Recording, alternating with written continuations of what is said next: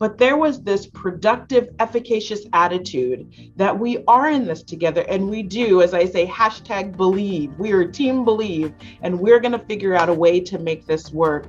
And has it been easy? Absolutely not. Is it always seamless and perfect? No. Is it worth it? Yes.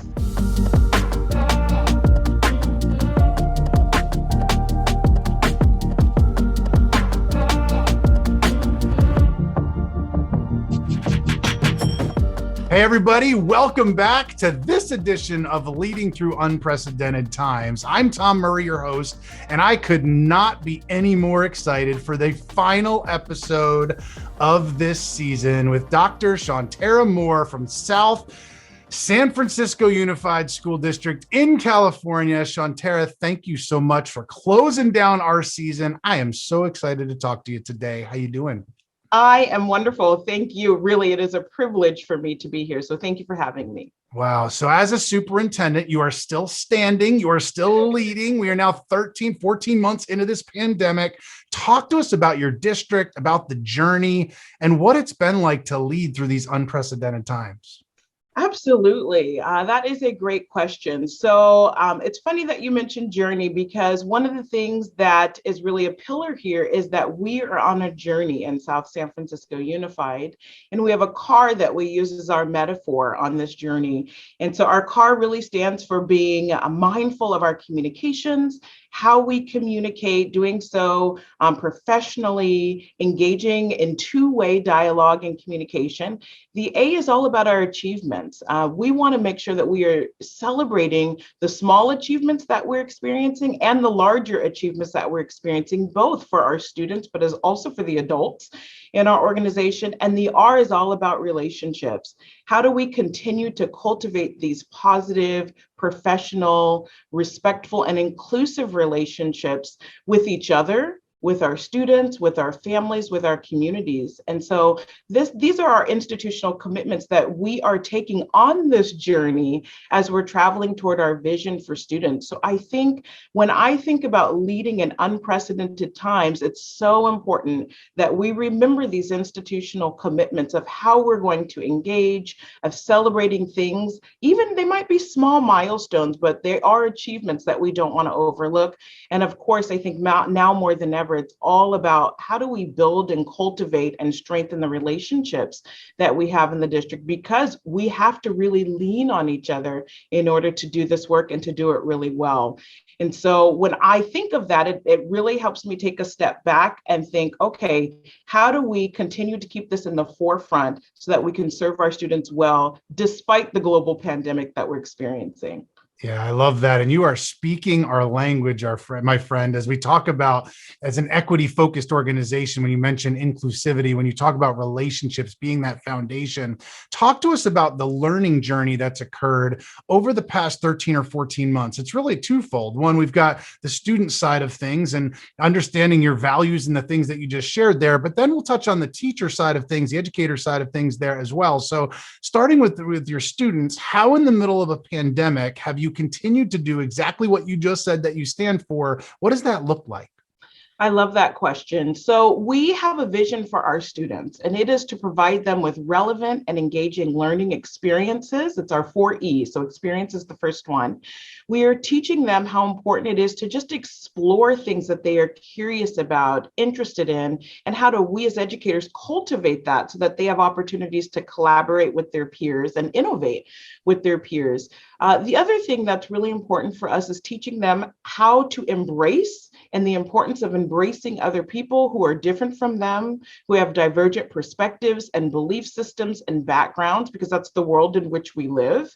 And then, of course, we want to set our students up to excel. We want them to be confident. We want them to be resilient. But what we also teach them is that we'll likely experience failure in that, and that it's okay. We pick ourselves up, we dust ourselves off, and we reflect and think about what did we learn through this failure, and then we try again. And so I feel like that pathway to these 4Es, to our vision for our students, is absolutely applicable to the adults in our system as well. We experienced a global pandemic that none of us had any experience with. And so on a dime, our teachers had to learn new things. They were thrust into experiences that many of which were not comfortable with. And so they had to learn to embrace being a learner and not speaking the language of technology and teaching virtually. They had to experience some bumps in the road, and some of which experienced some failures. And so we've tried to help them also understand, what are you going to do about that? What did you learn from that? How can you pivot and do something different? And I think the other thing is helping them understand that mistakes are just part of life. We all experience that.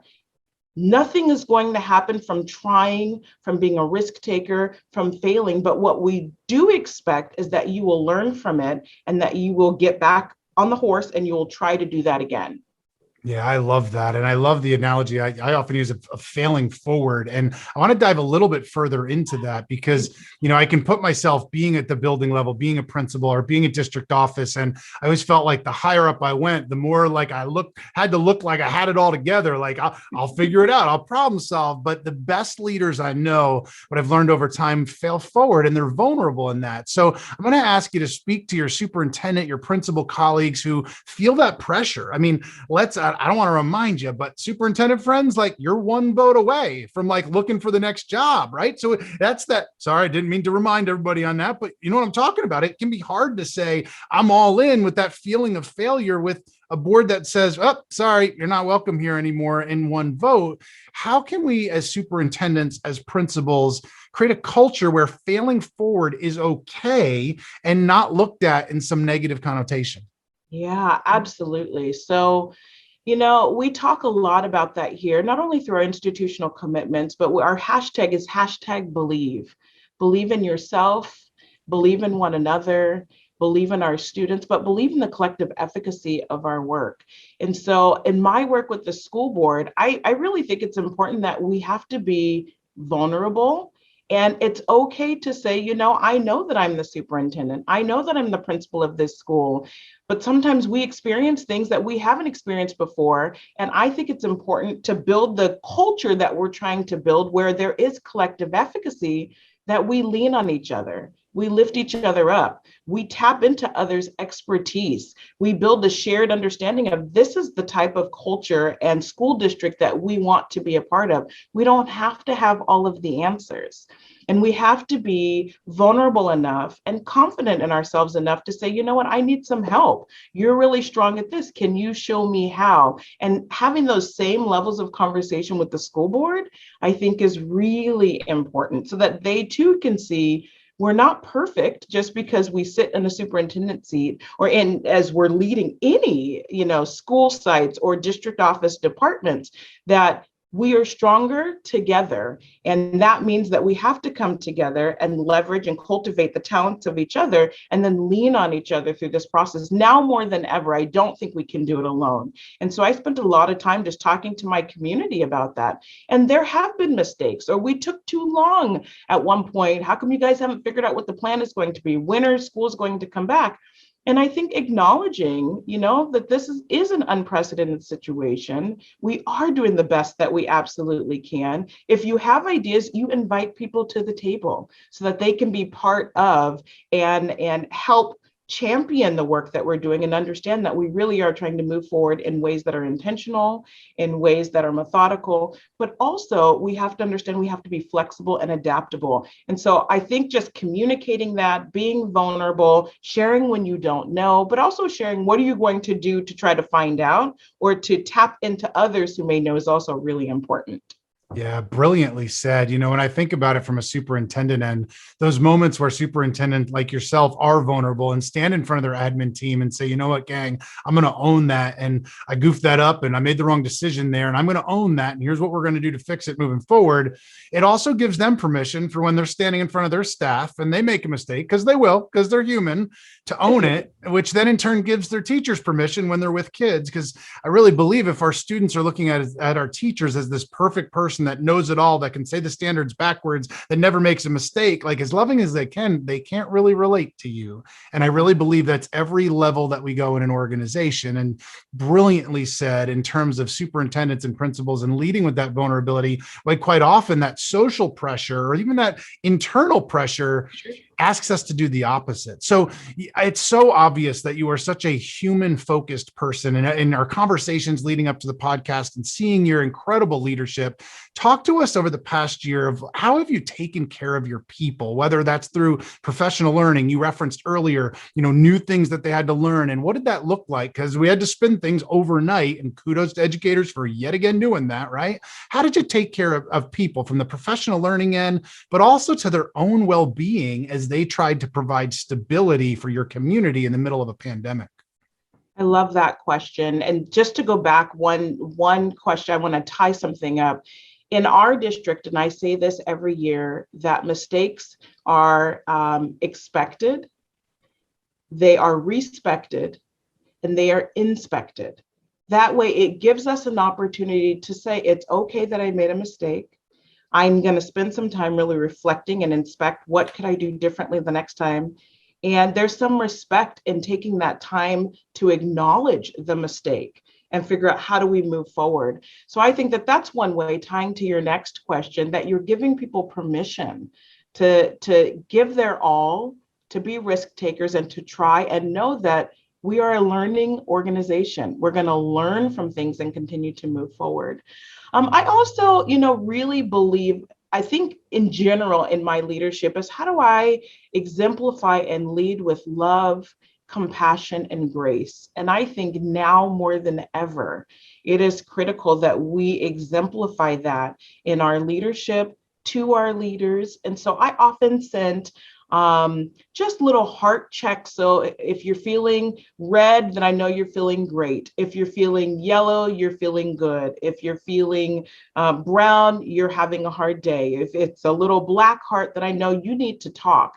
And so I often send checks and things like that to both our teachers as well as our administrators, just to get a pulse check. So I know, who do I need to go check in on? I also believe in finding little ways to show people how much you care. And so we build in mental health opportunities in all of our principal meetings so that we're checking in frequently. But I also make positive phone calls home. I send postcards of just encouraging words, affirmation. I really like to thank people for going above and beyond, for working hard, for living our institutional commitments and really exemplifying the values that we have here. I also create little goodie bags just because that I like to deliver to the school sites. I did that a couple of weeks ago, and now it's Teacher Appreciation Week. So we're going to be delivering some sweets to them this week. I also just like to take the opportunity to record, whether it's a video or an audio recording, of just acknowledging some very specific things that I've seen, particularly through the pandemic. I did this pre the pandemic, but how important it is for people, especially when we're experiencing a lot of feedback from a lot of different people, so that they know you are not in this alone. We are in this together. We are going to navigate this as best as we possibly can. And like I said, I also reach out to our school leaders and ask, tell me the staff who are really just doing rock star jobs.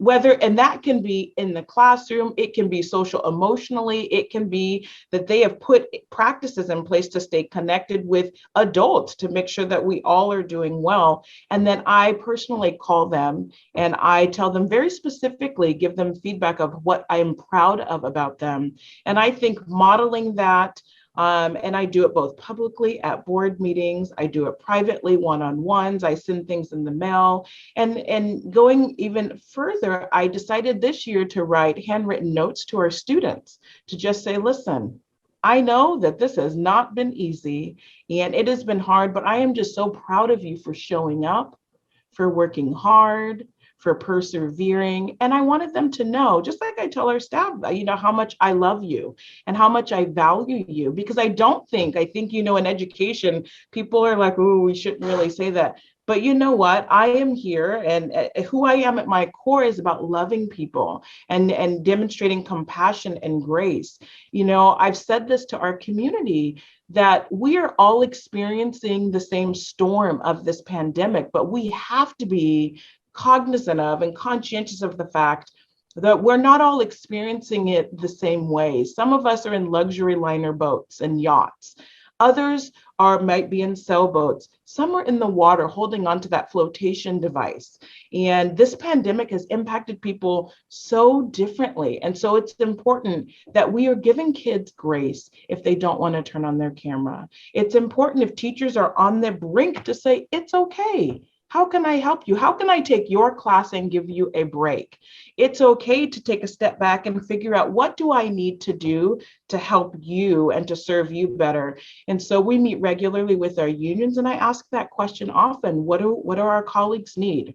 Let's brainstorm and come up with ways to really show them that we are here, that we are serving them. We did that through our negotiations for what they were asking for.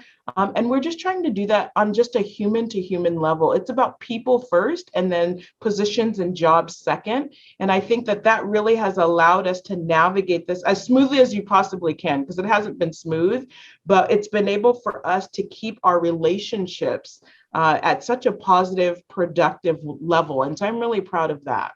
Wow, wow, wow. Are there any homes for sale in your district? Because I'm about to move in, so my babies can experience your leadership. I mean, talk about leading with love, compassion, and grace, and just what a mantra that is from a superintendent end. And I love hearing you talking about the handwritten notes to kids, the handwritten notes to staff, the phone call, the being intentional about it. Because let's face it, as a superintendent, it'd be pretty easy to say, well, my principals will take care of that, and principals at the building level feeling like they're drowning, and those little things often get missed. And it can be the most basic of thing, but I will tell you what, if I'm one of your teachers that gets a handwritten note from the superintendent, I'm probably never going to forget that if I'm a student. And so here it'd be easy to write it off as a soup and say, I don't have the time to do it, where your mantra is, I will make the time because it's a priority, because I want to lead with love, compassion, and grace. Wow, that was incredible. And so let me ask you a couple more questions. I know your time is valuable. I know you got a lot going on. I understand your theme this year was all about superheroes. Talk to us about that. Oh, yes. So we had our theme about superheroes coming together and fighting against COVID together. And so I have to say, I am really privileged to serve in this school district. I feel like it is a calling for me.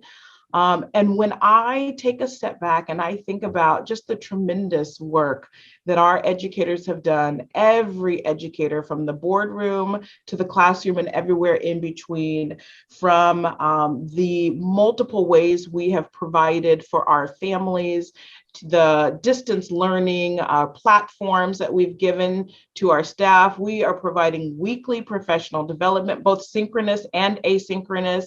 We set up a technology hotline for our families who may need additional support. And if they couldn't, we invited them in. I just feel like we have really gone above and beyond. And so I coined this year's theme to being superheroes. Superheroes are put others' needs before their own. Superheroes, as I said, we're traveling on this journey in our car. Well, our car may have a flat tire. Superheroes don't just say, well, I give up. We can't make it to our destination of equity and excellence for all kids in our 4 E's. I give up. Superheroes figure out a way to problem solve, get back in, and figure out, how are we going to help? How are we going to reach that destination? And, you know, I am really proud of our staff, because I feel like overall, everyone in our organization not only came together, but they did so and demonstrated resilience. They demonstrated compassion and grace to each other, to our students, to our families. There was this level of commitment that no matter what, we're going to figure it out. And it doesn't mean that people weren't frustrated or angry or in tears because they were struggling, but there was this productive, efficacious attitude that we are in this together. And we do, as I say, hashtag believe. We are team believe, and we're going to figure out a way to make this work. And has it been easy? Absolutely not. Is it always seamless and perfect? No. Is it worth it? Yes. Because we talk about in South San Francisco Unified, it's not about perfection. It is about progress. How do we take what we're doing and keep pushing forward, keep moving the needle for students, keep striving to get better. I don't care that if we're not perfect. I care that we try and that we keep trying to make progress. And I feel like superheroes demonstrate that, and our community has certainly demonstrated that. Absolutely. And on behalf of Future Ready Schools, to every educator that's listening this, that has been in the trenches all year long, you are superheroes, and we stand in awe of the work. So real quick, we are winding down number of days here. And let's face it, this has been a year like no other. What encouragement do you have, whether you're a superintendent or a teacher listening to this, to, as we wind down the days, to not just count down the days in the craziest year ever, but to really make the days count so that we can really finish strong? What encouragement do you have for that? I think how important it is that we are relentlessly pursuing the learning in everything that we're doing. I think that we embrace obstacles and challenges and figure out how can we collectively come together and overcome them. I think we find people with whom we trust, with whom we can be vulnerable with whom we know we can lean on and say, I need help, I need support, I need a friend, to just talk to. And I think we have to keep it in perspective that we often talk about how hard it is to change and how many years it takes. But the perspective is we all have experienced a global pandemic, and yet we were able to change on a dime and figure it out. And so that tells us that when we have problems and challenges before us, we need to remain open to saying, you know what? We can figure this out. Is it going to be perfect? No. Will it be messy? Yes. Can we do it? Absolutely. And I think the last thing is, and I'll go back to our hashtag, we just have to believe in ourselves and our own levels of efficacy, believe in our collective capacity to do what's right and best for our students, for each other, for our community, and believe that we really can accomplish anything that we desire as we focus on how we engage and building strong relationships with each other. So those would be the things that I would hold on to and impart to our colleagues here. Absolutely. Shawnterra, some beautiful words of wisdom there. One final question for our folks out there throughout the country, whether they are leading behind a computer in a classroom, whether they're leading a school remotely or in person, or a school district like you are as a superintendent, let's wrap up with one more piece of advice, no matter where they are in the pandemic, no matter what it looks like, what learning looks like in their schools. What's one piece of advice, no matter who they are or where they serve, that you have for them moving forward? That is a great question. I think just remember the gifts and talents that you have and the ways in which you are demonstrating that, whether it's directly to students or indirectly, and continue to cultivate that and share that within your communities. Wow, wow, wow. There could not have been a better way to wrap up season 3. That is Dr. Shawnterra Moore, everybody, from South San Francisco Unified in California. Shawnterra, thank you so much for your time today. Thank you so much. What a pleasure. Thank you.